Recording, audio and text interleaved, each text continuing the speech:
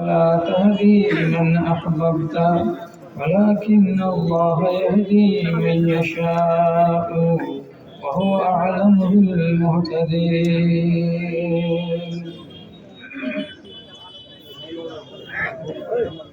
পাহাড় যেমন করে ঝর্ণা ঝরায়, নদী যেমন করে সাগরকে চাই, তেমনি করে প্রভু চাই আমি তোমাকে। আধার যেমন করে চাই আলোকে, আধার যেমন করে চাই আলোকে। শিশু যেমন করে তার মায়ের কোল আঁকড়ে ধরে রাখে, করে না তো ভুল, প্রভু করে না তো ভুল, তেমনি করে প্রভু ধরি আমি তোমাকে, তেমনি করে প্রভু ধরি আমি তোমাকে। আধার যেমন করে চাই আলোকে, আধার যেমন করে চাই আলোকে। স্বপ্ন বিভোর চোখে ভাবি সারাক্ষণ, তোমার প্রেমের সুধা পাবো যে কখন, আমি পাবো যে কখন। জীবনের সবখানে চাই আমি তোমাকে, জীবনের সবখানে চাই আমি তোমাকে। আধার যেমন করে চাই আলোকে,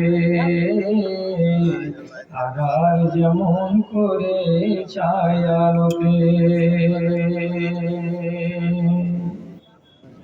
শ্রদ্ধেয় সভাপতি সাহেব, সমবেত এই এলাকার বিভিন্ন প্রান্ত থেকে পতঙ্গের মতো ছুটে আসা আমার সকল শ্রেণীর ছোট বড় ধনী গরিব শিক্ষিত অশিক্ষিত প্রাণের ভাই এবং বন্ধুগণ, তথা সেই সঙ্গে আড়ালে অপেক্ষামান স্ক্রিনের সামনে বসে থাকা আমার স্নেহের মাতা ও ভগ্নীগণ, আল্লাহ রাব্বুল আলামিনের শুকর গুজারি করছি।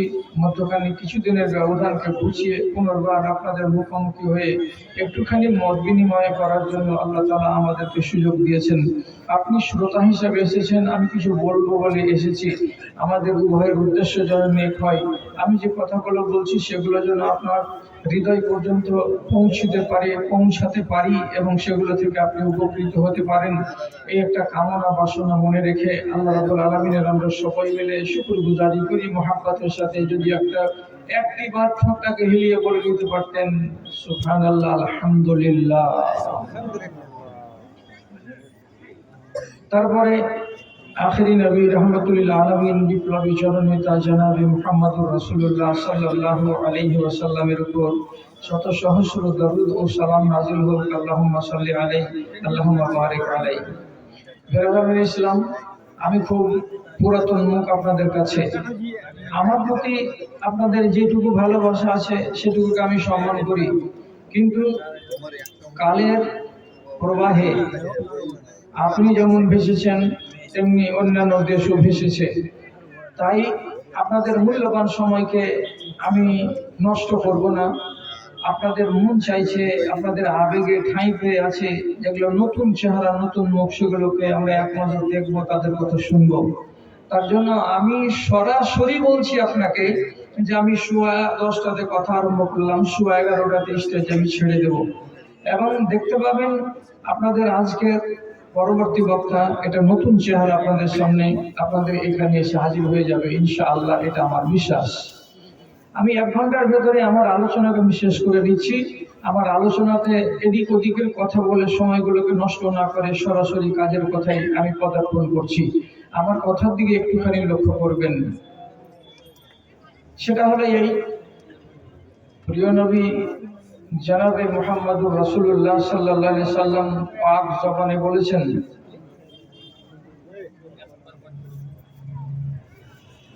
ভাই যারা দাঁড়িয়ে আছো, দাঁড়িয়ে থাকলে অসুবিধা আমার নেই, তোমরা আল্লাহর ওয়াস্তে কথা বলবে না, আল্লাহর ওয়াস্তে তোমরা একটু নীরবতা পালন করো। মিজাজটা আমার খাট্টা আছে, পরিষ্কার বলছি, আমার মগজ তেঁতুলের টকের মতো হয়ে আছে। তো তোমরা আমাকে ক্ষিপ্ত করিও না। রব্বুল আলামিনের নাই বলছেন ইন্নাল্লাহা ইউতিল মালা লিমান ইউহিব্বু ওয়া লিমান লা ইউহিব্বু।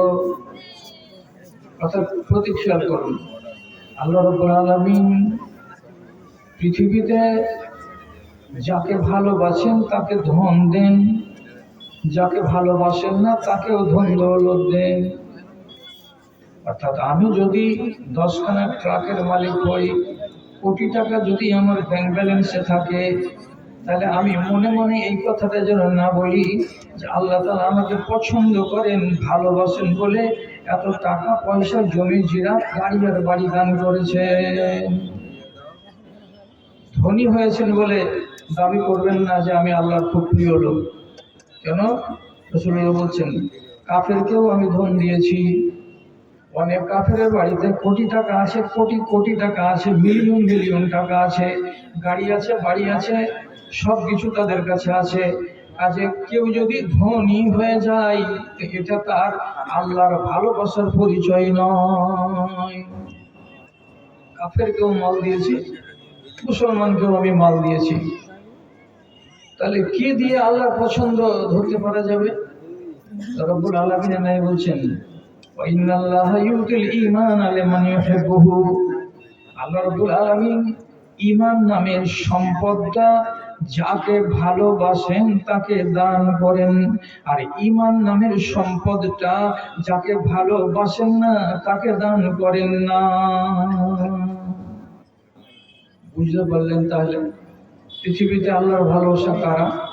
যার অন্তরে আল্লাহর উপরে ঈমান আছে তারা।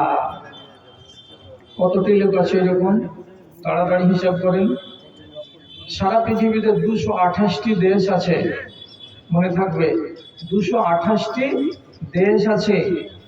আর এই 228টি দেশের ভেতরে মোটামুটি 52খানা ইসলামী রাষ্ট্র আছে।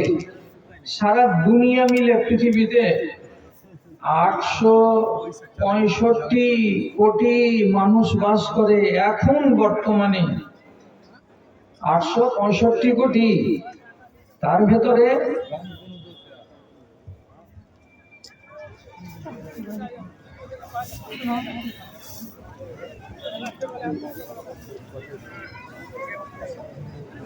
এখন যদি আমি আঙুল দিয়ে দেখিয়ে দিই যে লোকটা কথা বলছে, তাহলে আমি মাছ ছাড়বো, আর মাছ ছাড়তে গেলে তোমার চামড়া 6 নম্বর হবে। পাবলিকের হাতে আমি বলে দিচ্ছি।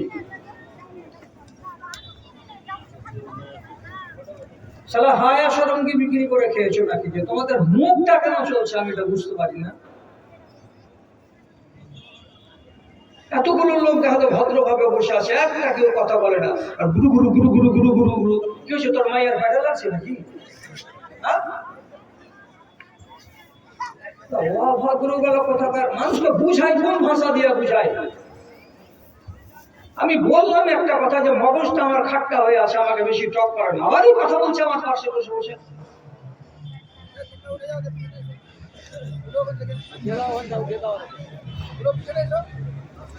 থাক না বসে, আমি তো বলেই দিয়েছি দাঁড়িয়েও থাকো বসেও থাকো, কিন্তু কথা বলিও না আপোষের ভিতরে। আমার কানে যেন না আসে, ইয়ারফোনে কথা বলো। পৃথিবীতে মুসলমান কতটি আছে? 135 কোটি।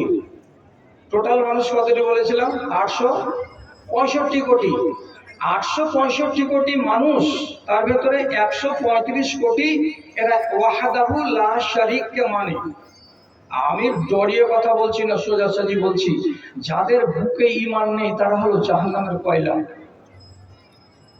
আর যারা এক আল্লাহ রাব্বুল আলামিনকে লা শারীক মাবুদ বলে মেনেছে তারা জাহান্নামের কয়লা নয়। তাহলে আপনি নিজে আঙুলে গুনে বলেন তো যে আল্লাহর ভালোবাসার লোকগুলোর সংখ্যা কতটি? তো 135 কোটি। আর বাদ বাকি 733 কোটি মতো সবই হয়ে গেল কি, যাদেরকে রব্বুল আলামিন পছন্দ করেন না। তাহলে আপনি এত বড় কপালওয়ালা লোক যে আল্লাহ আপনাকে ভালোবেসেছেন বলে ঈমান দিয়েছেন। এখন সেই ঈমানের মূল্যায়ন করব আপনার এখানে বসে বসে, যে ঈমানটাকে নিয়ে কি খেলা খেলছেন। 1 ঘন্টাতে লম্বা মূল্যায়ন হবে না। ভালো করে বুঝেন যাকে আল্লাহ ভালোবাসেন তাকে ঈমান দেন, আর যাকে ভালোবাসেন না তাকে ঈমান দেন না। হাজার চেষ্টা করে আমিও পারবো না, আপনিও পারবেন না। নামটি মনে রাখুন তো। একটা লোকের নাম আবু তালেব, আর তার স্ত্রীর নাম ফাতেমা। একই বাড়িতে উঠা বসা, স্বামী স্ত্রী দুজন একই বিছানায় ঘুমাই। এদের ভেতর থেকে আবু তালেব আল্লাহ পাকের নবীকে মানতে পারলো না, আবার তার স্ত্রী ফাতেমা স্বামীকে জানালো না জানালো, স্বামীকে উপেক্ষা করেই রাসূলুল্লাহকে মেনে নিল। তাহলে বাড়ির স্বামী স্ত্রী দুজনের ভেতরে একজন ঈমান কবুল করতে পারছে, আর একজন ঈমান কবুল করতে পারে না। আরেকটা নাম দেখেন তো, ফেরাউন আর তার স্ত্রী আসিয়া। এই বাড়িটাতেই নবী মুসা আলাইহিস সালাতু ওয়াস সালাম লালিত হলেন, পালিত হলেন। আর হওয়ার পরে বড় হয়ে দুশমনের বাড়িতে বড় হওয়ার পর যখন প্রথম ডাক দিলেন এক আল্লাহর দিকে, তো পিছনের ইতিহাসগুলোকে দেখে আসিয়া ঈমান এনে নিতে পারলো, কিন্তু ফেরাউন ঈমান আনতে পারলো না। ব্যাপারটা এমন কেন হচ্ছে? কেন হচ্ছে? তার উত্তর হলো এটাই, আল্লাহ রাব্বুল আলামিন ফেরাউনকে পছন্দ করেননি এবং তার স্ত্রী আসিয়াকে পছন্দ করেছেন যে তাকে আমি হিদায়াত দেব, ঈমান দেব। আল্লাহ রাব্বুল আলামিন আবু তালেবকে পছন্দ করেননি এই যে তাকে আমি ঈমান দেব না। যার কারণে তার চোখের সামনে এত সুন্দর সুন্দর ঘটনা ঘটেছে, তথাপি তার চোখের সামনে ঈমানের জ্যোতি প্রকাশিত হয়নি, ঈমান আনার তাকে আল্লাহ তাআলা সুমতি দেয়নি। কেন? যে আল্লাহ চান না। যদি খুলে কথা বলি তাহলে আপনাকে একটা কথা বলে দিচ্ছি, খেয়াল করবেন। রাসূলুল্লাহর বয়স যেদিন 5 বছর, সেই সময় আবু তালেবের বাবা রাসূলুল্লাহর দাদা আব্দুল মুত্তালিব বেঁচে ছিলেন। মক্কার মাটিতে খুব বিশাল দুর্ভিক্ষ নেমে এলো এবং অনাবৃষ্টিতে গোটা এলাকা, গোটা দেশ কাঠফাটা রোদে ফেটে চৌচির হয়ে গেল। মনে হচ্ছে গাছগাছড়া বাঁচবে না, পশু পাখি বাঁচবে না, মানুষ বাঁচবে না, এত কঠিন অবস্থা। জাহেলিয়াতের যুগ থেকে নবীজির দাদাজি ছিলেন বাইতুল্লাহ শরীফের খাদেম। লোকেরা এসে বলল, আব্দুল মুত্তালিব তুমি দোয়া করো, তোমাদের দোয়া আল্লাহ তাআলা কবুল করতে পারেন। আব্দুল মুত্তালিব এসে কাবার প্রাঙ্গণে আল্লাহ রাব্বুল আলামিনকে ডাকলেন। ওনারা ছিলেন যদিও তা মুশরিক, কিন্তু ওনারা মাটির খোদাকে পূজা করেননি। ইব্রাহিম নবীর টিম টিম টিম টিম করে জ্বলতে থাকা মিল্লাতে ইব্রাহিমের 2-4টা কথাকে নিয়েই বেঁচেছিলেন। ওনারা কোনোদিন পূজা করতেন না দেবদেবী। তিনি দোয়া করতে লাগলেন আল্লাহ তাআলার কাছে, আল্লাহ পানি দাও, আল্লাহ পানি দাও। 2 দিন গত হলো, বৃষ্টি হলো না। আব্দুল মুত্তালিব নিজের এই পোতা ইয়াতিম বালক নবী মুহাম্মদ সাল্লাল্লাহু আলাইহি সাল্লামকে জন্মের টাইমে ঘরের ভেতরে দেখেছিলেন এ ছেলে যেন তেন ছেলে নয়। মগজে একটা খটকা তৈরি হয়েছিল, এই ছেলে কিছু একটা হবে আগামী দিনে। কেন? কিছু মুজিজা তখনই দেখতে পাওয়া গেছিল, যেটা আমেনা বলেছেন নিজের মুখে, আর এটা সহিহ হাদিসে বর্ণিত হয়েছে। আমি এত কথা বলতে পারবো না।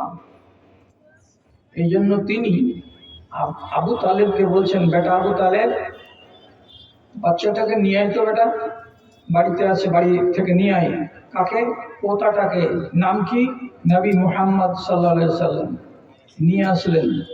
নিয়ে আসার পরে আব্দুল মুত্তালিবের হাতে ধরিয়ে দিল।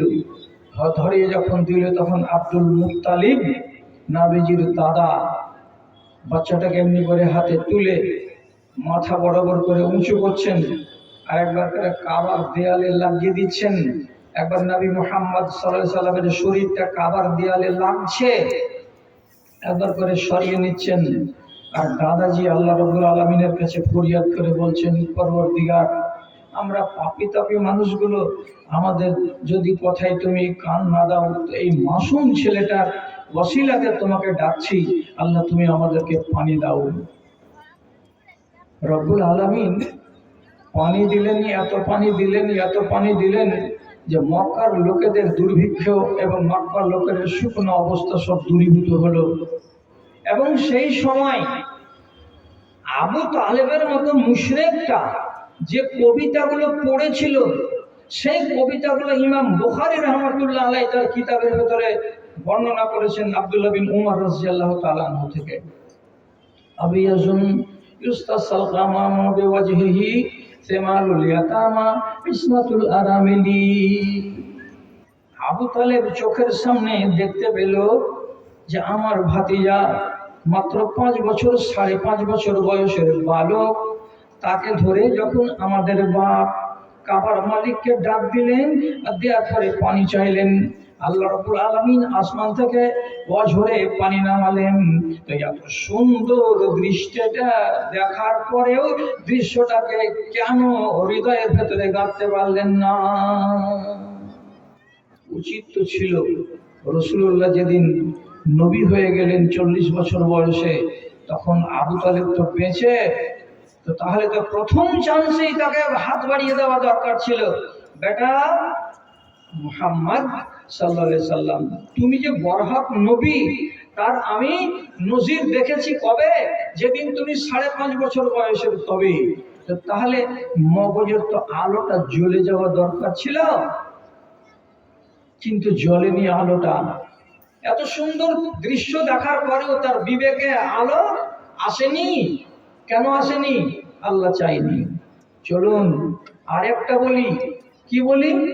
যেদিন আল্লাহ পাকের নবীর বয়স 12 থেকে 13-র মাঝখানে, ঠিক সেই বয়সে এই আবু তালেব মক্কার কিছু লোককে কাফেলা বন্দি করে তিনি সিরিয়ার যাচ্ছিলেন ব্যবসা করার জন্য। যখন সিরিয়ার প্রান্তরে উনি নেমেছেন, পা দিয়েছেন, তার একটু পরে একটা গাছের ছায়ায় গিয়ে 10-15 জন লোক সবাই মিলে উটগুলোকে বাঁধলো। আর বাঁধার পরে বিশ্রাম নেবে। সাথে আছে এই বালক 12 বছরের নবী মুহাম্মদ সাল্লাল্লাহু আলাইহি সাল্লাম। কেন? তিনি হলেন প্রতিপালক, তিনি হচ্ছেন অভিভাবক। রাসূলুল্লাহ তো বাপ বেঁচে নেই, চাচাকেই তিনি বাপ বলে জানেন। চাচার সাথে চলে গেছেন সিরিয়ার মাটিতে। কিছুক্ষণ পর পার্শ্বে ছিল একটা গির্জা ঘর। সে গির্জা ঘর থেকে এক রাহেব উঠে এসে এক পা দুপা করে বলছে, এই কাফেলা কোথাকার? বলে, মক্কা থেকে আমরা এসেছি। বলছেন যে আপনারা যতজন লোক আছেন, আজ দুপুরের বেলায় আমার এই গির্জা ঘরে এসে একটুখানি মেহমানি খাবেন, আপনারা আমার দাওয়াতটা কবুল করুন। 12টার সময় 1টার সময় নবীকে আমাদের ছোট ছেলে বলে এখানে খিমার কাছে রেখে দিয়ে এরা 10-12 জন লোক চলে গেছে ওই গির্জায় পাদ্রী যেখানে ডাক দিয়েছিল সেখানে হাজির হলো। আর হাজির হওয়ার পর খাবার খেতে বসছে, তো সেই সময় পাদ্রী বলছে, আপনাদের আর কোনো লোক কি বাকি থেকে গেল? তো আবু তালেব বলে, হ্যাঁ, যেটা আমাদের বালক, ছোট ছেলে। আমরা কোনোদিন ছোট ছেলেপিলেকে কোনো বাড়িতে জাফত খেতে গেলে নিয়ে যাই না, এই জন্য ওকে আনলাম না, আমাদের খিমাতে রেখে এসেছি। বুহাইরা নামের রাহেব এবার আবু তালেব বলছে, আপনি ওই বাচ্চাটাকে নিয়ে আসুন। আমি বলছি নিয়ে আসুন। নিয়ে আসলেন, নিয়ে আসলো আবু তালেব। মেহমানি খাওয়া হলো। তারপরে তখন সামনাসামনি জিজ্ঞেস করে বলছেন, আইয়াকুম আকরাবু ইলা হাযাল ওয়ালাদে, আপনারা যে 12-14 জন লোক আছেন, এই 12-14 জন লোকের ভেতরে এই ছেলেটার সবচাইতে নিকটের লোককে একটু বলেন তো। আবু তালেব বলছে, আমি হলাম তার চাচা, আমি হলাম তার বাপ। বাপ কি জিনিস চোখে দেখেনি, আমাকে বাপ বলে জানি। এই ছেলের আপন চাচা হলাম আমি। রাহেব বলছে, খানা খেলেন তো? হ্যাঁ। বাচ্চাটাও খেলো তো? হ্যাঁ। আপনি চাচা যখন, তখন একটু এই ভিড় থেকে 10 হাত দূরে চলেন না? 10 হাত দূরে চলেন। একটা কথা বলবো আপনাকে। বাইরে গেল, যাওয়ার পরে আবু তালেবের কানে কানে বলছেন, আপনি এই বাচ্চাটাকে নিয়ে আগে আর যাবেন না। কেন যে আগে যত যাবেন ইহুদিদের বসবাস, তারা কিতাব পড়ে জেনে রেখেছে আগামী দিনের নবী কেমন হবে। আমি যেমন কিতাব পড়ে জেনে রেখেছি আগামী দিনের নবী কেমন হবে। এইটা যে আগামী দিনের নবী, এটাতে কোনো সন্দেহ নাই। আমি জোর দিয়ে বলছি, হে ছেলের চাচা, এই আগামী দিনের নবীকে যদি তুমি নিয়ে যাও আগে, আর ইহুদিরা যদি লক্ষণ দেখে জানতে পারে তাহলে ছেলেকে প্রাণে মেরে দেবে। এই জন্য আমি অনুরোধ করে বলছি, একে আগে নিয়ে যাবে না, একে ফিরিয়ে বাড়ি নিয়ে চলে যাও। তখন আবু তালেব জিজ্ঞেস করে বলছে, এ বাচ্চাটা যে নবী হবে আগামী দিনের কেমন করে তুমি জানলে?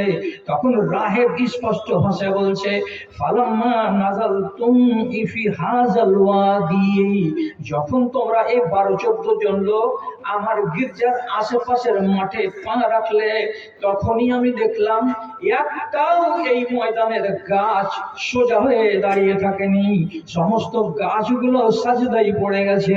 আমি দেখেছি বড় বড় মোটা মোটা উঁচু উঁচু পাথরগুলো কাঠ হয়ে হয়ে গেছে। যখন আমি দৃশ্যটা দেখলাম তখন আমার মন বলল, নিশ্চয় নিশ্চয় কিছু আজকে একটা হচ্ছে, না হলে এমন তামাশা কেন দেখতে পেলাম। ইমাম তিরমিজি রাহিমাহুল্লাহ কথাগুলোকে খুলে খুলে খুলে খুলে বর্ণনা করেছেন। যখন তিনি বললেন গাছগুলোকে সাজদায় পড়ে যেতে দেখেছি, পাথরগুলোকে কাঠ হতে দেখেছি, মানে তারাও সাজদা দিয়েছে। আর তারপরে যখন এই ছেলে কাছে এলো, আমি লুকিয়ে এই ছেলেটার পিঠের দিকে নজর দিলাম, হাত দিয়ে দেখলাম তার পিঠের মাঝখানে একটা কবুতরের আন্ডার সমান মাংস বড় হয়ে আছে। এটা হলো মোহরে নবুয়ত, এটা শেষ নবীর নবী হওয়ার পরিচয়। কাজে আমি নিশ্চিত করে বলছি, এই ছেলেটা হলো আগামী দিনের নবী। একে দুশমনের মুখ থেকে বাঁচাতে হবে, একে ফিরিয়ে নিয়ে বাড়ি চলে যা। এতটি কথা বুহাইরা রাহেব বলল। বলার পরে আবু তালেবকে চৌকান্না করে দিল, বাচ্চাকে নিয়ে ফেরত চলে আসলো অথবা বাচ্চাকে ফেরত পাঠিয়ে দিল। তখন বাচ্চার বয়স কত? 12 থেকে 13, 40 বছর বয়সে নবী হলেন। তাহলে এই লোকটা যেদিন নবীজি নবী হচ্ছেন, তো তখন পর্যন্ত আবু তালেবই রাসূলুল্লাহ পৃষ্ঠপোষক, তিনি হচ্ছেন নিকামান, ঈমান আনছেন না। 5 জনের লোক হলো, তারপরে 13 জন হলো, তারপরে 29 জন লোক হলো, তারপরে 40 জন হলো, তারপরে মেরে কেটে কত রকম করে 100 নিচেই থেকে গেল, উপরে গেল না। 13 বছরে এইটি মুসলমান হলো মক্কায়। তবুও আব্দুল মুত্তালেব, আবু তালেব ঈমান আনছে না। আচ্ছা, এই পাগল লোকটা, তুমি যে চোখের সামনে দেখলে যে দাদা যখন বাচ্চাটাকে কাবার দেয়ালে লাগিয়ে আল্লাহর কাছে পানি চাইতে লাগলো, তখনই রব্বুল আলামিন ঝরঝর করে পানি দিলেন, তাহলে এই বাচ্চাটার কারামত কিছু নেই? এই বাচ্চা যেদিন জন্ম হয় সেদিন তার মা বলছে, আমেনা নিজে বলছে, আমি 3খানা মুজিজা দেখলাম, আমি মুজিজা দেখেছি আমার চোখে।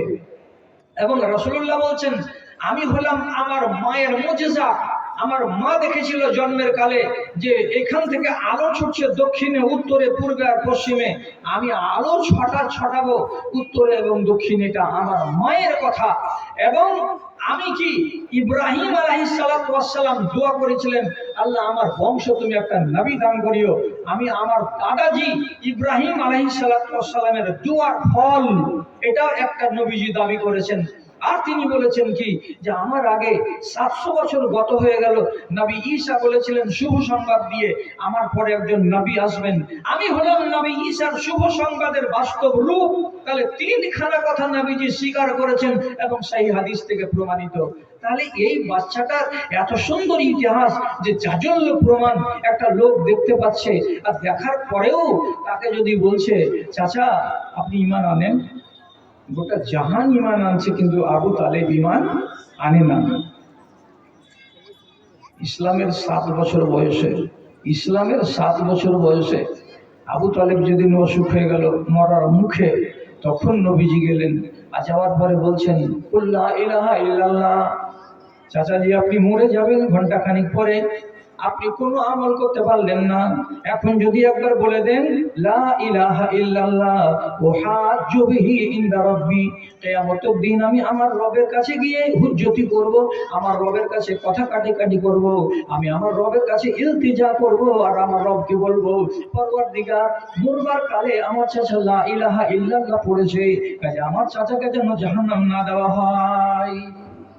নামাজও তো পড়েননি, রোজাও তো করেননি, কোনো দিন ধর্ম করেননি, মরবার কালে শুধু বলবেন লা ইলাহা ইল্লাল্লাহ। বলেন না একবার, আমি কথা দিচ্ছি আল্লাহ তাআলার কাছে গিয়ে আমি আপনার উপায় করব। আহারে, হলো না, হলো না, ইমান আনতেই পারলো না। এদিক ওদিক আবু সুফিয়ান আরো অন্যান্য নেতারা ছিল, ভয় দেখালো, আর এই ভয় যেমনি দেখালো তখন বললেন না, আরে এই বদনাম হবো না বেটা, যে ধর্মে ছিলাম সে ধর্মে থেকে গেলাম। বিনা ইমানে মুশরিকের হালাতে এত বড় যোগানদার নবীজি সে মরে গেল। রাসূলুল্লাহ চিন্তিত হলেন, বাইরে গিয়ে গাল ধরে বসে গেলেন, আল্লাহ, যে চাচা আমাকে 6 বছর বয়স থেকে নিয়ে আর 47 বছর বয়স আমার, এখন পর্যন্ত যে চাচা আমাকে দেখলো শুনলো, আমার পৃষ্ঠপোষকতা করলো, দুশমনরা আমাকে মারতে পারলো না শুধু এই জন্য যে আমার চাচা পিঠের উপরে খাড়ো আছে বলে, সেই চাচা ঈমান না এনে মরে গেল। আমি কেমন ভাতিজার ভাতিজা যে নিজের চাচাটাকে আমি জান্নাতি বানাতে পারলাম না। দুঃখিত হয়ে বসেছিলেন। আল্লাহ রাব্বুল আলামিন জিবরিলকে আয়াত দিয়ে পাঠিয়ে দিয়ে বলছেন, যাও জিবরিল, আমার নবীকে খবর দাও।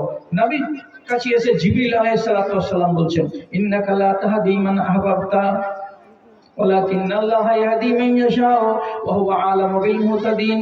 হে আমার নবী, আপনি যাকে চাইবেন তাকে যে হেদায়েত দিতে পারবেন এটা কথা নয়, আমি রব্বুল আলামিন যাকে চাইবো তাকে হেদায়েত দেওয়া যাবে। অতএব হিদায়াত আছে আমার হাতে, ঈমান আছে আমার হাতে। আমি যাকে পছন্দ করি তাকে আমি ঈমান দিই, আর যাকে আমি পছন্দ করি না তাকে ঈমান দিই না। তাহলে চোখের সামনে এতগুলো ঘটনা ঘটলো, তারপরেও ঈমান পেল না, এর মানে কি? আল্লাহ তাআলা ওকে পছন্দ করেনি। এবার খোয়াজপুরের লোক যতগুলো লোক এখানে বসে আছেন, আরো আরো গ্রামের লোক যতগুলো এখানে আছেন, আপনি নিজে বলুন, আপনার জন্মের ইতিহাসটার দিকে একবার তাকাবেন তো। কি বলে তাকাবেন? একটা মানুষ তার মায়ের পেটে যখন জন্ম লাভ করে, প্রথম তার জন্মের সূত্রটা হচ্ছে এক বিন্দু বীর্য। মায়ের পেটে 40 দিন ওই হালাতে থাকে সাদা হয়ে। তারপর যখন এই 40 দিন ওই বীর্যের বিন্দুটা সাদা আকৃতিটাকে ছেড়ে দিয়ে লাল আকৃতি ধারণ করে, এটাও আবার 40 দিন। এই 40 দিন গত হওয়ার পরে তার পরের যেটা পর্ব সেটা হচ্ছে কি মুজগা, একটা মাংসপিণ্ড। কত বড় মাংসপিণ্ড? ম্যাক্সিমাম 100 থেকে 150 গ্রাম বা 200 গ্রাম এত বড় একটা মাংসপিণ্ড। কত দিন হলো? 340-এ কত হলো? 120 দিন হলো। 340-এ যখন 120 দিন হলো, আর এই একটা মাংসপিণ্ড একটা মায়ের পেটের ভেতরে হলো, এটা বাচ্চার আগামী দিনের আকৃতি এতে আসবে, বাচ্চা এইটা। তখন রব্বুল আলামিন এক ফেরেশতাকে পাঠাচ্ছেন আসমান থেকে। কি দিয়ে পাঠাচ্ছেন?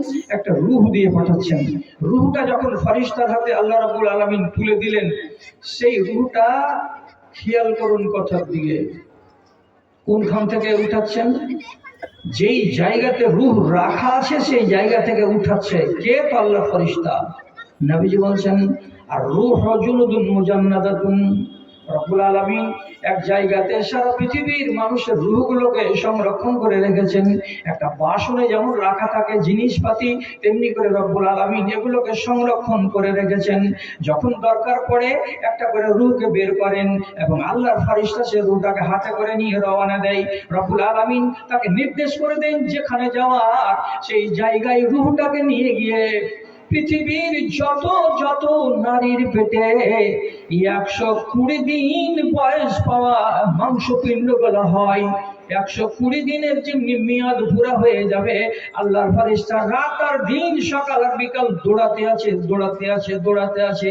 একবার চলে এলো খোয়াজপুরে, একবার চলে গেল পুরকিটলাই, আরেকবার চলে গেল মাছমারিতে, আরেকবার চলে গেল সাবধানে, আরেকবার চলে গেল শামসি অঞ্চলে। আল্লাহ ফেরেশতা দৌড়াতেই আছে, একটা করে রূহ আনছে এবং যার মেয়াদ 120 দিন হয়ে যাচ্ছে, ওই নারীর পেটের ভেতরে রূহটাকে সেখানে রেখে দিয়ে চলে আসছে। আল্লাহ তাকে এটাই কাজের দায়িত্ব দিয়েছে।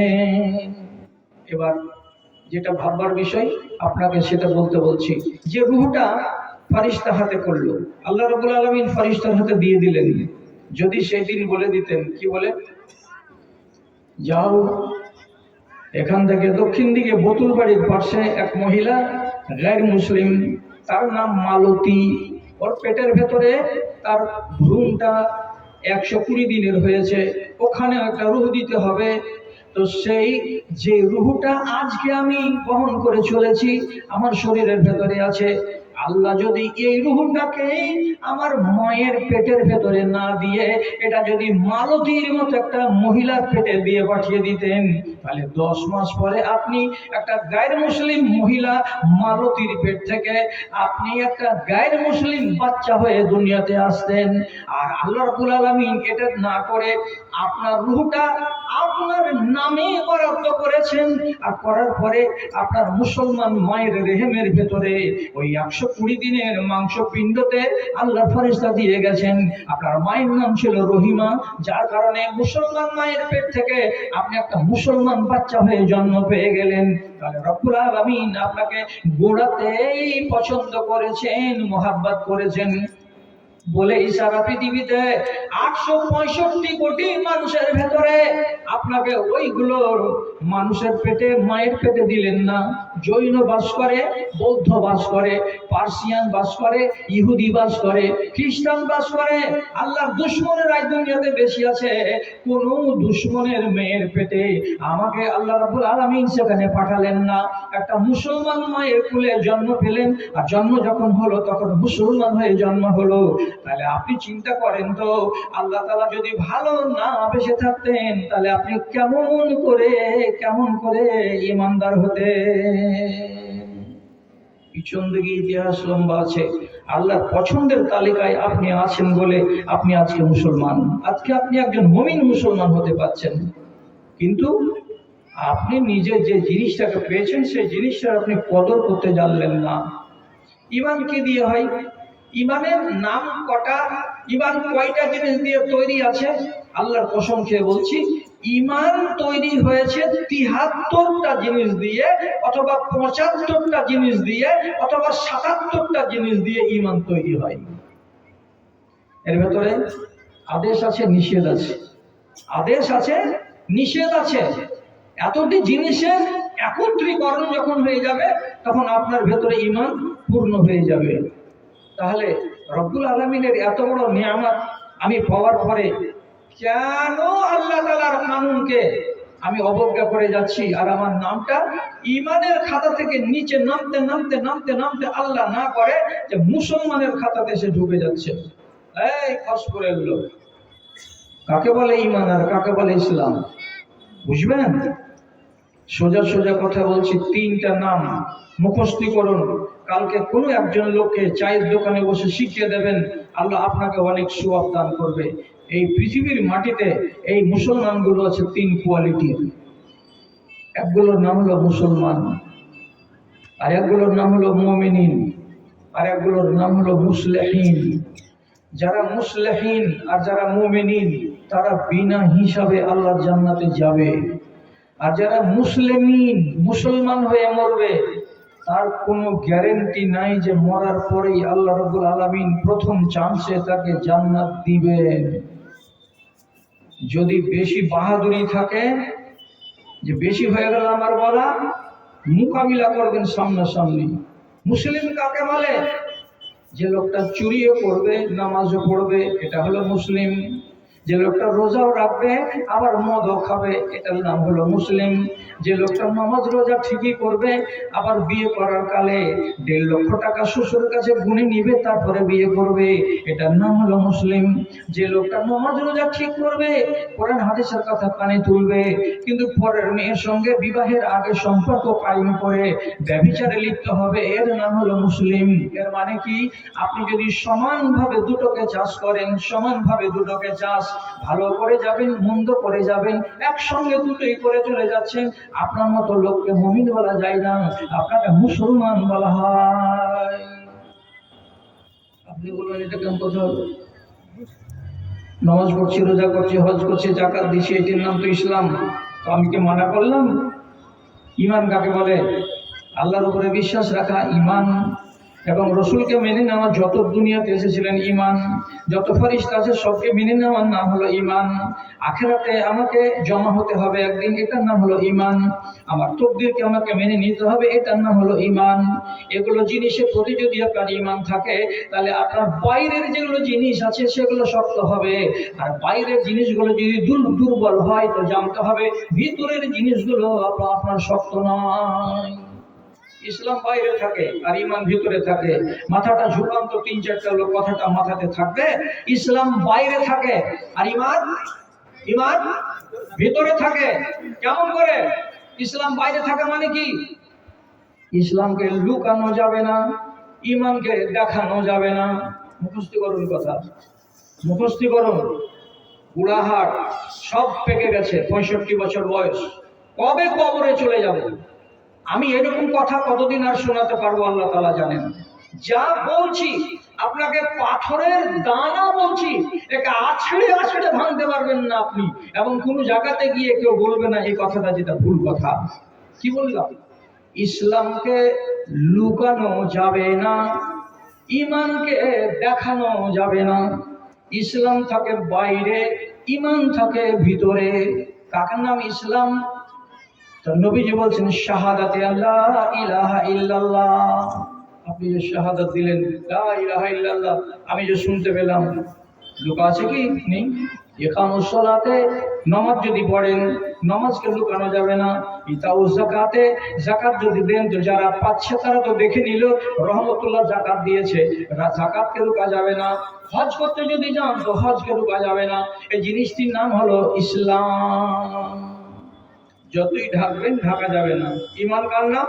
এবার দেখেন, এবার কি বলছেন আল্লাহ তাআলা? ঈমান কাকে বলে? আফিনাল ঈমান আন তুমিনা বিল্লাহি, আল্লাহর উপরে ঈমান আনতে হবে। ঈমান কি দিয়ে হয়? মুখ দিয়ে হয় না অন্তর দিয়ে হয়? এক্ষুনি বলুন তো দাদা আমার, আপনার ঈমান অন্তরে 4 আনা আছে না 8 আনা আছে না 6 আনা আছে না 12 আনা আছে? আপনি পৃথিবীর কোন মানুষকে দিয়ে বুক ছেড়ে দেখাতে পারবেন যে এটা আমার ঈমান?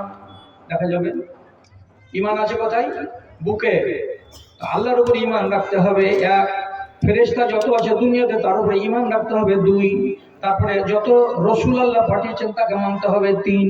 তারপরে আপনার তাকদীরকে মানতে হবে, এটা হলো 4।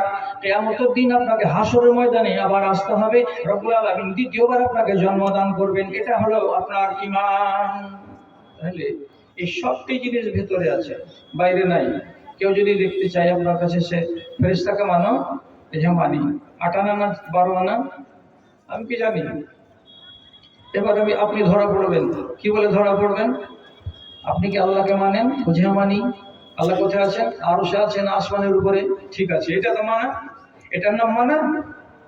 এভাবে আল্লাহকে মানবেন আপনি, তাহলে যথেষ্ট হয়ে গেল। আল্লাহর কুদরতকে কই মানলেন আপনি? কেমন কুদরত? আল্লাহ রাব্বুল আলামিন আমাকে সব সময় দেখতে আছেন, এবং আমি আল্লাহ রাব্বুল আলামিনকে এক চুলের সমান রতি পরিমাণে দেখতে পাই না। কোরআন বলছে লা তুদরিকুল আবসার ওয়া হুয়া ইউদরিকুল আবসার। আল্লাহ রাব্বুল আলামিন সব সময় আমাকে দেখছেন, তার নিয়ন্ত্রণে আমি আছি।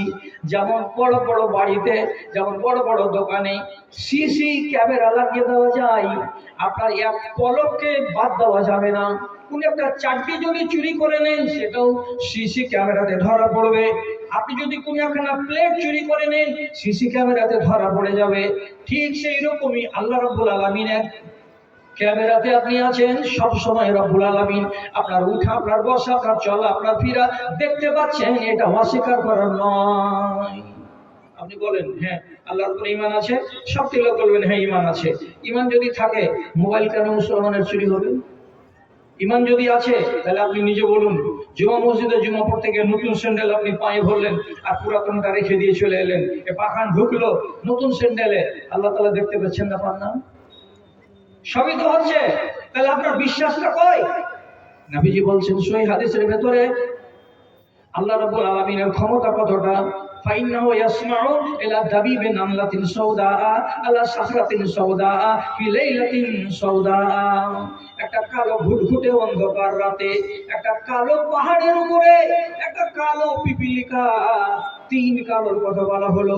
একটা ঘুটঘুটে অন্ধকার কালো রাত, এবার একটা কালো পাহাড়ের উপরে একটা কালো পিপিলিকা, তিন রকমের কালোর ভিতরে ওই পিপিলিকাটা পা তুলে তুলে তুলে তুলে কোন দিকে যাচ্ছে, আর তার পায়ের তলা দিয়ে কতটুকু আওয়াজ আসছে রে ভাই। একটা পিপিলিকার পায়ের তলায় যে আওয়াজটা হচ্ছে, কম্পিউটারে আওয়াজটা ধরতে পারবে কিনা তা আমি জানি না, কিন্তু রব্বুল আলামিনের নবী বলছেন আমার আল্লাহ তোমার পিপিলিকাটা কোন দিকে হাঁটছে সেটাও দেখতে পাই, এবং তোমার আল্লাহ আমার আল্লাহ পিপিলিকার পায়ের তলায় ওই তিন অন্ধকারের ভেতরে কত জোরে আওয়াজ হয় সেটাও আমার আল্লাহ দেখতে পায়। যে আল্লাহর এত ক্ষমতা, যে রব্বুল আলামিন এতটা কুদরত নিজের কাছে রেখেছেন, সেই আল্লাহর প্রতি যদি আপনার আর আমার বিশ্বাস থাকতো, তাহলে আপনি কি করে বলেন, আপনি কি করে একটা মদের বোতল নিলেন আর ঠিপি খুলে আর একটাতে গ্লাসে ঢেলে আপনি চো চো করে টেনে নিলেন? আপনি জপতেন না নিজের সিটে বসে বসে? বোতলের ঠিপি খুলে আল্লাহ দেখেছিলেন না দেখেননি? হ্যাঁ দেখেছেন। আপনি যে গ্লাসে মুখ লাগালেন আল্লাহ দেখলেন না দেখেননি? বলছে হ্যাঁ দেখলেন। তো তাহলে মালিকের সামনে এত বড় ধৃষ্টতা আপনি দেখাবেন, তারপরে আপনি বলবেন আমি ইমানদার? কসম আল্লাহর, এটা ইমানদারের পরিচয় নয়। এটা কার পরিচয়? এটা মুসলমানের পরিচয়। নামাজেও যাবে, মদও খাবে। এই লোকটা যদি মরে, এই লোকটা মরার পরে কি বলেছি কথা মনে থাকবে তো? 99 চান্স আছে। কি বলে? প্রথম চান্সে জান্নাতের মুখ দেখতে পাবে না। যারা মুমিন তারা এক চান্সে জান্নাতে যাবে, যারা মুসলিহিন তারা এক চান্সে জান্নাতে যাবে। মুমিন কারাকে বলা হয়? যারা যতটুকু পারবে আল্লাহর আদেশকে মেনে চলবে, যতটুকু পারবে আল্লাহর আদেশকে মানবে, আর আল্লাহর নিষেধকে ধারে কাছে আনবে না। নামাজ বেশি পড়তে পারি না, বলেছে কতটি পড়ছো, কতটি পড়ছো? এই ফরজ খান পড়ি কোন রকম করে। আমি বলছি জোর করে, কথা বেশি বাজাবেন না, টেহা বেকা করবেন না। কি কথা? আপনি যদি দিনে রাতে 17 রাকাত ফরজ নামাজকে আদায় করেন, তাহলে আপনি একজন মুমিন। আপনি যদি এই নামাজগুলোকে ছেড়ে দেন, মুমিন থেকে নাম কেটে যাবে। তারপরে যে 12 রাকাত সুন্নাতে মুআক্কাদা আছে, এটা যদি পড়েন তো আপনার দরজা উঁচা হবে, আপনার নেকির পাহাড় জমে যাবে। কোন মানুষ যদি রাগ করে বলে আমি সুন্নাত পড়তে পারবো না, আমার দ্বারাই হবে না, তো কেউ যদি না বা পড়ে, সুন্নাতকে যদি ছেড়ে দেয়, আল্লাহ রাব্বুল আলামিন তাকে আযাব দেবেন না, সে গুনাহগার হবে না। তাকে ছেড়ে দিয়েন না যে মুলবি তো বলেছে। এটা খবরদার করবেন না তর্জমা। আমি কথাটা বুঝাবার জন্য বলছি। একটা লোক ইমানদার কেমন, যে ফরজটা আদায় করে, নফল করেন না। রোজা কতটি? 30টা, এটি করবো, এরপরে বাইরে করতে পারবো না। যাকাত কতটি? 20 কুইন্টাল 1 কুইন্টাল, এটা দিব অবশ্য, বাকি দিতে পারবো না। বেশিতে পারবে না, শুধু কাটা কাটা করে ফরজ দিকে আদায় করবে, কিন্তু পাপে যায় না। চুরি নেই, ডাকাতি নেই, রাহাজানি নেই, লম্পটি নেই, মাগিবাজি নেই, মদখড়ি নেই, সুদখড়ি নেই, কিছু নেই, কিছু নেই, কিছু নেই, এগুলো থেকে দূরে আছে। তাহলে এই লোকটা হলো মুমিন। মরার পর এই লোকটা আল্লাহ রাব্বুল আলামিনের জান্নাতে যাবে এক চান্সে। মুসলিম কাকে বলে? যে বেশি বেশি কাজ করে। কি বেশি বেশি? আমলে বলেন। 12 রাকাত সুন্নাতে মুআক্কাদা পড়ে জি ভরলো না, 17 রাকাত ফরজ নামাজ পড়ে মন ভরলো না, তখন লোকটা কি করে? মসজিদে যখন যায় তখন তাহিয়াতুল মসজিদ 2 রাকাত আদায় করে। যদি নামাজের টাইম না হয়, বাড়িতে যদি ওযু বানাই, তো ওযু বানাবার পরে 2 রাকাত নামাজ আদায় করে। এটা কিসের নামাজ? বলছে তাহিয়াতুল ওযু। এটা ওযুর জন্য নামাজ। নফল নামাজ পড়তে আছে। আর কি নামাজ? রাতের বেলায় তাহাজ্জুদের নামাজ পড়ে। কটায়? রাত্রি 12টা, 1টা, 3টা, 2:30, ফজরের আগে আগে তাহাজ্জুদের নামাজ আদায় করে। তাও মন ভালো না, তখন লোকটা কি করে? যখন 8টা বেলা বেজে যায়, যখন নাস্তা করার টাইম হয় তখন সে কি করে, সলাতুল জোহা চাষতের নামাজ পড়ে। তারপরে যখন বেলা 11টা বেজে যায় তখন আবার 2 রাকাত নামাজ পড়ে, আউয়াবিনের নামাজ। এরকম করে যখন ফরজ নামাজ পড়ার জন্য মসজিদে যায়, যখন ঘড়ি দেখে যে টাইম আছে, এখনো টাইম চলে যায়নি, তখন সুন্নাতে মুআক্কাদা পড়ার পরে নিজে নিজে বলে বসে থেকে লাভ কি, 2 রাকাত পড়ে নি, 2 রাকাত পড়ে নি। জুমা মসজিদে গেল, যাওয়ার পরে নফল যেটা ছিল কাঁধের উপরে সেটা পড়লো, পড়ার পরে বসে না থেকে 2 রাকাত 2 রাকাত 2 রাকাত 2 রাকাত নামাজ পড়েই যাচ্ছে। এই লোকগুলো হলো কি, যারা অনিবার্য নামাজটাকে পড়ে নেওয়ার পর যেগুলো নফল নামাজ বেশি বেশি করে আদায় করে, এই লোকটার নাম হলো মুসলিহ। যে লোকটা রমজানের রোজা রাখে, রাখার পরে তার মন ভরে না, তখন কি করে, সওয়ালের 6টা রোজা রাখে, এটা হলো সুন্নাত। প্রত্যেক দিন বৃহস্পতিবার আর প্রত্যেক সপ্তাহে সোমবার 2টা করে নবীজি রোজা রাখতেন, এটাও রোজা যারা রাখে। তারপরে নবীজি বলছেন প্রত্যেক চাঁদে 13, 14, 15 এই 3টা দিন রোজা রাখা, 20-এর রোজা, এটাও আপনি রাখতে পারলেন। তারপরে আপনার মন ভরলো না, তখন আশুরার আপনি 2টা রোজা রাখলেন। তারপরে মন ভরলো না, তখন আরাফার রোজা 1টা রাখলেন। এইরকম করে করে যারা বেশি বেশি করে রোজা রাখে ফরজ রোজার সাথে সাথে, রব্বুল আলামিনের নবী বলছেন এই লোকটাকে বলা হয় মুসলিহ, এই লোকটার নাম হলো মুসলিহিন। এই কোয়ালিটির ইমানদার। আর ইমানদারের ভেতরে মুমিন যারা, তারা এই 2 কোয়ালিটির লোক, আল্লাহ জান্নাতে যাবে বিনা হিসাবে। আর যারা মুসলমান, তারা জান্নাতে আল্লাহ যাবে, কিন্তু ভাড়া আছে। কেমন ভাড়া আছে? কেমন ভাড়া আছে? এরকম ভাড়া আছে যে কি, আল্লাহ না করে যখন দাড়ি পাল্লা খাড়ো হলো, তখন আধ কেজি নেকি আপনার শর্ট পড়ে গেল। কি হলো? পাপের পাল্লা ভারী হলো, নেকির পাল্লা হালকা হয়ে গেল। আপনার মতো একজন মুসলমানকে কম করেও যদি হয়, 1 ঘন্টার জন্য আল্লাহ জাহান্নামে যেতে হবে। কিয়ামতের দিন এমন মুসলমান পাওয়া যাবে যারা 10 ঘন্টার জন্য জাহান্নামে যাবে, যারা 1 দিনের জন্য যাবে, যারা 1 সপ্তাহের জন্য জাহান্নামে যাবে, যারা 15 দিনের জন্য জাহান্নামে যাবে, যারা 1 মাসের জন্য জাহান্নামে যাবে। কেন হলো? কেন হলো? তো বলছে আমলের যখন মাপজোক হলো, তখন অল্পের জন্য আমি কাটা পড়ে গেলাম। জেনে রাখবেন, মুসলমান হয়ে মূল গড়বেন না, আপনাকে মরতে হবে ইমানদার হয়ে। এখন যদি জিজ্ঞেস করি, আল্লাহ তাআলা এত বড় নিয়ামত আপনাকে দান করেছেন, সে নিয়ামতের বেকদরি করছেন না সম্মানই করছেন? ভালো করে মনে রাখবেন, যাকে যত আল্লাহ ভালোবাসবেন তার কাছে তত বেশি দিনদারি থাকবে, তার ইমানের পারদ উপর দিকে উঠতে থাকবে। আপনি নিজে এই কাঁটাতে নিজেকে মেপে নেবেন, আপনার ভেতরে যত রকমের পাপ আছে, জানবেন আল্লাহ আমাকে অত পছন্দ করে না যত মকবুল হাজিকে পছন্দ করে, যত ইসলাম আলীকে পছন্দ করে। কেন এটা কথা আপনি বলবেন? এই জন্য বলবেন, আমি মদ কেন খাই, আমি সুদ কেন খাই? আল্লাহ যদি আমাকে কঠিন মাত্রায় ভালোবাসলেন, তাহলে এই হারাম জিনিস আমার মুখে কেন যায়? তার জন্য বলে দিচ্ছি দাদারা আমার, ইমানের দিক দিয়ে যার ইমান যত দুর্বল হবে, জানতে হবে আল্লাহ তাকে এত কম ভালোবাসেন। কিন্তু মুসলমান আপনি, যেহেতু আল্লাহর ভালোবাসা সম্পূর্ণ, আল্লাহর ভালোবাসা কেটে যায় না, থেকে যায় থেকে যায় থেকে যায়। যার যত বদ চলন থাকবে, তার আল্লাহ রাব্বুল আলামিনের সাথে ভালোবাসা তত কম থাকবে। আর যার ভিতরে হারামি কাজ থাকবে না, তার ভালোবাসা আল্লাহর সাথে নিবিড় থাকবে। আর যারা মদখোর, সুদখোর, অন্যান্য পাপে জড়িয়ে, তারা যদি আল্লাহর কাছে দোয়া করে, 1 মাস লেগে যেতে পারে কবুল হতে, 2 মাস লেগে যেতে পারে কবুল হতে, আবার 2 মাস পরে কবুল নাও বা হতে পারে। কিন্তু যারা মুমিনিন দোয়া করবে, তারা যদি রাতের বেলায় আল্লাহ তাআলার কাছে উঠে কাঁদে আর দোয়া করে, আল্লাহ তাআলা বলছেন তোমার সাথে তো আমার হটলাইনে কথা হয় গো, তুমি তোমার খাস বান্দা, তুমি কেন 8 দিন 10 দিন 15 দিন ধরে দোয়া করবে? হটলাইনে দোয়া করা লোকেদের দোয়া হচ্ছে আলাদা।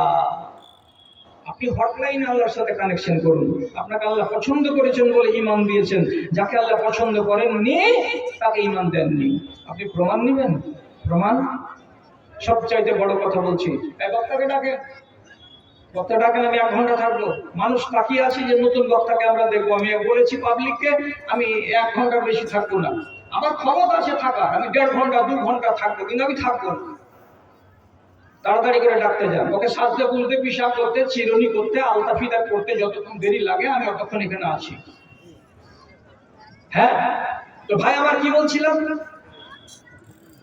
ফেরাউন একা হাজার নয়, হাজার হাজার বেটা বাচ্চাকে কচু কাটা করেছিল। কেন? আর গণকদার বলেছিল এই বছর যে বেটা ছেলে একটা জন্মিবে তোমার দেশে, তোমার রাষ্ট্রকে কেড়ে নেবে। তখন ফেরাউনের অর্ডার কি হলো, না রহে বাঁশ না বাজে বাঁশরি, যত বেটা ছেলে হবে সব যোগানদারি করো, বাড়ি বাড়ি দেখো, বাড়ি বাড়ি দেখো, বেটা ছেলে হলেই বাস কচু কাটা করো, বেটি ছেলে এরকম কথা নাই। হাজার হাজার বাচ্চাকে কচু কাটা করলো। কেন? এই বাচ্চা কোনো একজন আমার রাষ্ট্রকে কেড়ে নেবে। আরে বেকুফ, তুই তো জানিস যে এই কথাটা আমার গণকদার বলেছে, আর এর জন্য তুই হাজার হাজার বাচ্চাকে জবে করলি। এতটা মাথা মোটা হলে কি আর হয়? নবী মুসা যখন জন্মগ্রহণ করলেন, তখন মুসা নবীর মা দুধ খাওয়াই তো টাইমে টাইমে ভালো করে খাওয়াই না। কেন? আরে বেটা, তোকে দুধ খাইয়ে মায়া মহাব্বত বাড়িয়ে কি করব, কতক্ষণ তোকে বন চাহার গাছের ভেতরে লুকিয়ে রাখবো, ফেরাউনের লোক জানতে পারলে কচু কাটা করবে, আমার কলেজাতে ঘা লাগবে, তুই আমার কলেজার টুকরা, দুধ খাওয়াতে জি করছে, খাওয়াচ্ছি তো মনটা বলছে কয়দিন বাঁচবি। দ্বিধা।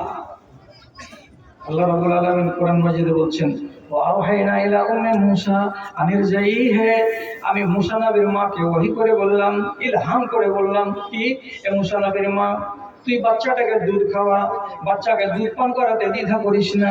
এক, তারপরে বলছি ফাইজা ফাইন খিফতে আলাইহি, তোমাকে যদি ভয় লাগে যে আমার বাচ্চাটাকে মেরে দেবে কে, তো ফেরাউন, তাহলে আমার কথা শুন, আলতাহি ফিল ইয়াম্মি, বেটাটাকে তুই বাক্সতে করে নীল নদীতে ফেলে দে।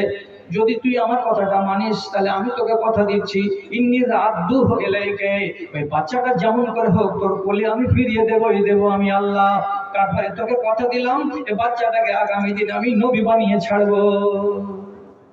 খবর পেল কে? মুসা নবীর মা।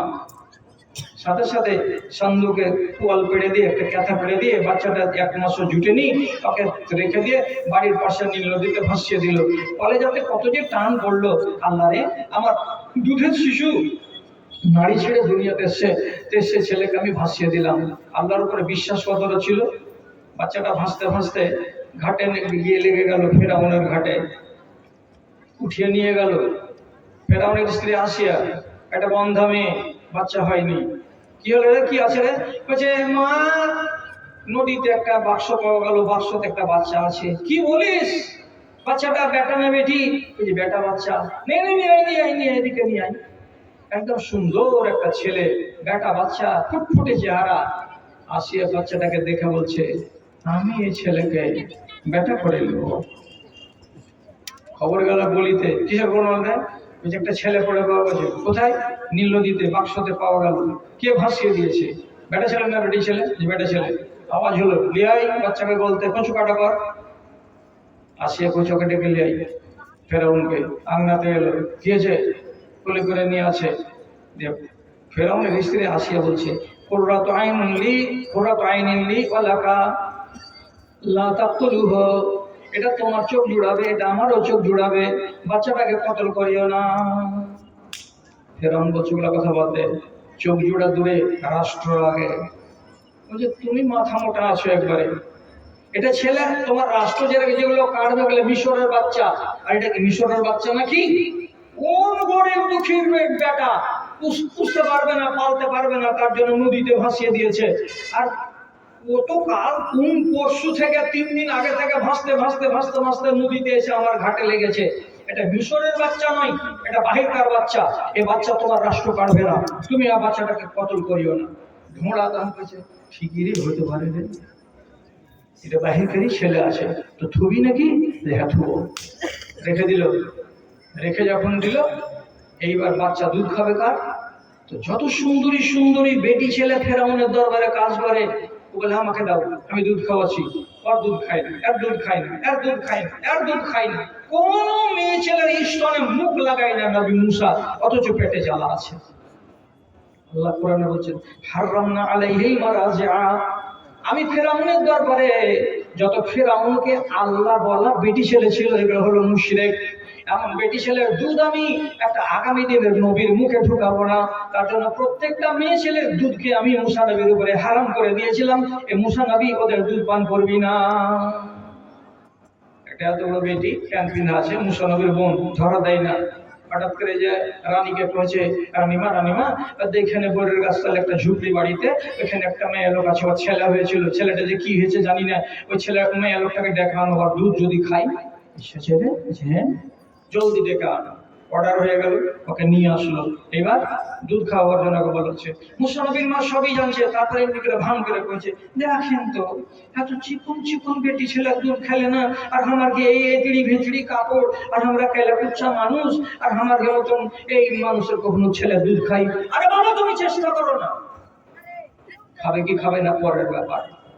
কিন্তু আপনি জানেন এই কথাটাকে শিখেছেন না শিখেননি? ছেলে যদি কাঁদে আর ফুফো যদি কোলে করে ছেলে চুপবে না, ছেলে যদি কাঁদে আর দাদি যদি বলে ধনরা চুপবে না, আর 10টা মেয়ে ছেলে যদি কোলে করে কাউরি কোলে চুপবে না, আর ওইখানে ওর মা যদি খ্যাট খেটি একটা পাতলা বেটি ছেলে আছে হঠাৎ করে কোলে নিয়ে নেয়, খালি ঘাড় পর্যন্ত যাবে না, তার আগে কথা না শেখান না।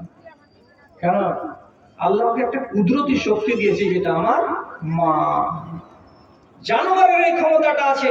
এই জন্য কোন মহিষের বাচ্চা যদি মরে যায় তো খেয়াল করেন কথা, বাচ্চাটাকে যখন ওর থানে লাগাবে দুধ দোহার আগে, তখন যে কোনো গাই নিজের বাচ্চার পাছাতে মুখ লাগিয়ে চেটে চেটে দেখবে, শুনে শুনে দেখবে এটা আমার ছেলে না পরের ছেলে। যখন প্রমাণ হবে যেটা আমারই বাচ্চা, দুধ নামাবে। আর যদি ওর বাচ্চা না হয় দুধ নামাবে না। ওই জন্য যাদবেরা করে কি, কোন মহিষের যদি বাচ্চা মরে যায়, বাচ্চাকে গাড়বে না, বাচ্চাটাকে গাড়বে না, ওকে মেডিসিন দিয়ে বাচ্চাকে বাচ্চা করে রেখে দিবে, আর মরা বাচ্চাকে নিয়ে আসবে জালবাজি করে, আর এমন করে আনবে যে খালি পাছাখান যেন শুনতে পাই ওই ইয়েটাতে, মহিষটাতে আনবে, মহিষটা শুনে দেখবে তাহারই ছেলে, দুধ নাও, দুধ নামাবে। দেখেছেন গোয়ালদের বাড়িতে, ফেরাউনের বাড়িতে যেমনি মুসা নবীর মা ওকে কোলে করা, মুসা নবী কট কট কট কট কট কট করে আবার দুধ খেয়ে একবারে পেটটাকে চাপড়া করে দিয়েছে। দুধ খেলো গো, খেলো, যে বাড়িতে থাকো 3000 টাকা মাস, খানা দানা ফ্রি, 5 স্টার হোটেলের খানা পাবে, তোমাকে ওই গুদুরি কোম্পানিতে যেতে হবে না, আমার ছেলেকে দুধ খাওয়াও আর এখানে তুমি থাকো। কত বড় চাকরি হলো মুসা নবীর মা। এখানে মানুষ হলেন মুসা নবী। বড় হতে হতে হতে হতে হতে হতে এখন লুকা আসে কথা কি, আমার মাকে আসিয়া, এটা মা নয়, ফেরাউনটাকে তো আমার বাপ, মানে এটাই এখন প্রমাণ হয়ে আছে। কেন যে ধরা দিচ্ছে না যে এই বাচ্চাটা সেই বাচ্চা, আর যেমনি সাবালক হওয়া সব কথা ফুটে গেল। এখন কি করবি তুই?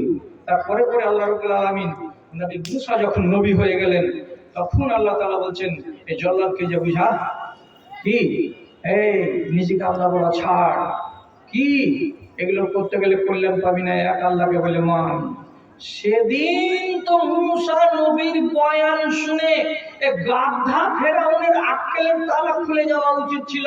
কি বলে যে তুই নবী না হলি তো কেমন করে তুই আমার বাড়িতে ঠাঁই পালি, আর কেমন করে তুই আবার এখানে তোর মা চাকরি পেল, আর কেমন করে তুই আমার বাড়িতে বড় হলি, আমি 1000 শিশুকে কতল করে দিলাম, আর তোকে কেন কতল করলাম না? এগুলো তো সবই প্রমাণ করে যে তুই আসলে নবী। এই জন্য তো আল্লাহ তাআলা গায়েব থেকে ব্যবস্থা করেছেন, দেরি করবো না রে, আমার বাড়িওয়ালি যখন তোকে মেনে নিয়েছে, ঈমান এনে নিয়েছে, আমিও তোর উপর ঈমান এনে নিলাম। কিন্তু এই বেকুফ আর চোখ ফুলেনি, মগজ খুলেনি, হিদায়াতের রাস্তা পায়নি, তখনও বিনতে আছে আনা রাব্বুকুমুল আলা, আমি তোমাদের বড় আল্লাহ। শেষে মুসা নবীকে আল্লাহ তাআলা একটা লাঠি দিয়েছিলেন, মুজিজা, দরকার হলে ফেলে দিতে গেলে সাপের মতো এমনি এমনি করে দৌড়িয়ে বেড়াতো।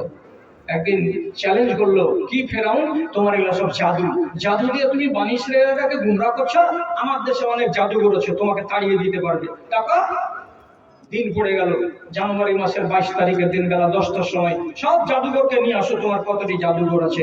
তফসিরে লিখেছে 250টা জাদুঘরকে ডেকেছিল ফেরাউন, আর নিয়ে বললো যে তোমরা জাদু দেখাও, এই মুসা নবীর জাদুকে কাবু করতেই হবে। নবী মুসা হাজির, আর ওরাও 250 জন হাজির। তারপরে কি কোরআন মাজিদ আল্লাহ তাআলা বলছেন, কে রশি ফেলতে লাগলো, কে লাঠি ফেলতে লাগলো, কেউ কঞ্চি ফেলতে লাগলো, কেউ বাঁশ ফেলতে লাগলো, আর দরবারে 1000 100 150 200 250 সাপ খালি কিলবিল কিলবিল কিলবিল করে বেড়াই।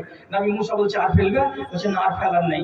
তখন নবী মুসা করলেন কি, নিজের লাঠিখানাকে এমনি করে যেমনি ফেলে দেওয়া। ওরে সুবহানাল্লাহ, যতটি সাপ ছিল এখানকার সমস্ত সাপটিকে এক এক এক এক করে গিলে বড় করে ঢেকুর দিলে প্যাটকে ট্যাপড়া করে কইছে, এর মনে মনে এমনি করে ঢুকছে বলছে আর সাপ আসে কিনা।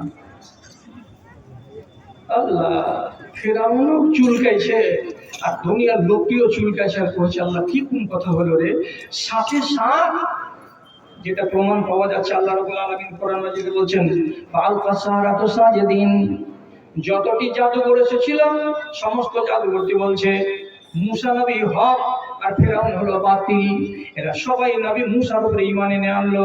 আর যেমনি ঈমান এনে নেওয়া সাথে সাথে এই ফেরাউন বলছে আমি তোমাদেরকে আদেশ করিনি, তার আগে তোমরা মুসাকে মেনে নিলে, দিয়ে রাগ করে বলছে আমি তোমাদেরকে আযাব দিব, আমি তোমাদের হাত আর পাগুলোকে উল্টো উল্টো করে কেটে দেব, আমি তোমাদেরকে শুলিতে চাপিয়ে দেব।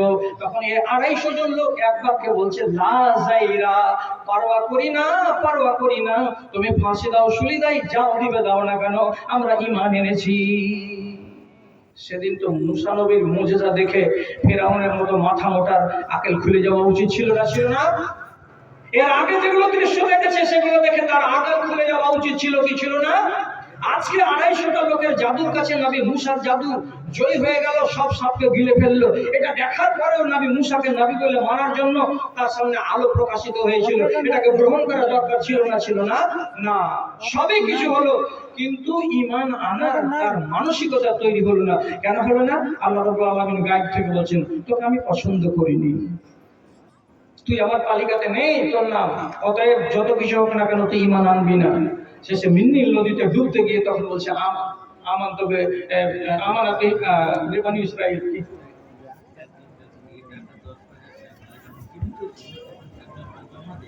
আচ্ছা,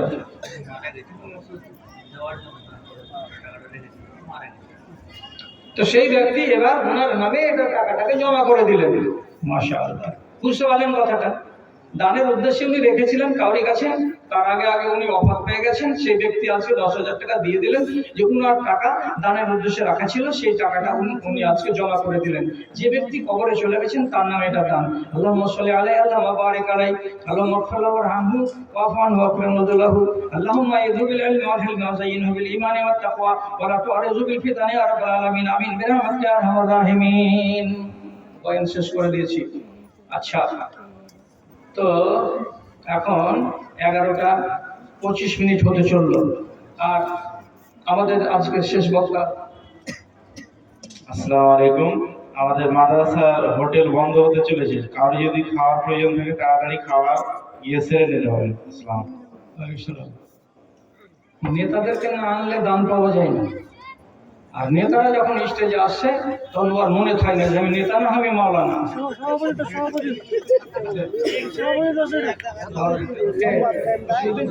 মাশাআল্লাহ, এই দেখেন আমার ভাই কসিমউদ্দিন সাহেব, এটা আমার ছোট ভাই।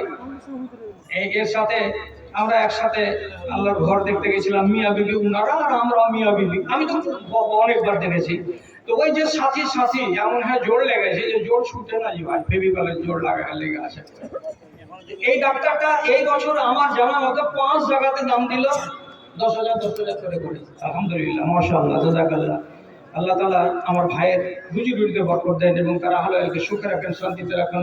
আরেকজন 5,000 টাকা দান করেছেন, আল্লাহুম্মা ইগফির লাহু ওয়ারহামহু আল্লাহুম্মা ইযহিবিল বিল ইলমি ওয়াল হিলমি। ইমাম হোসেন সাহেব 4,000 টাকা দান করেছেন। বাপ মাইনা আল্লাহুম্মা সাল্লি আলাইহি আল্লাহুম্মা বারিক আলাইহি। পরওয়ারদিগার তাদের দান তুমি সাদরে গ্রহণ করো, তাদের হালালকে সুখে রাখো, শান্তিতে রাখো। আমাদের মাওলানা ডিস্ট্রিক্টে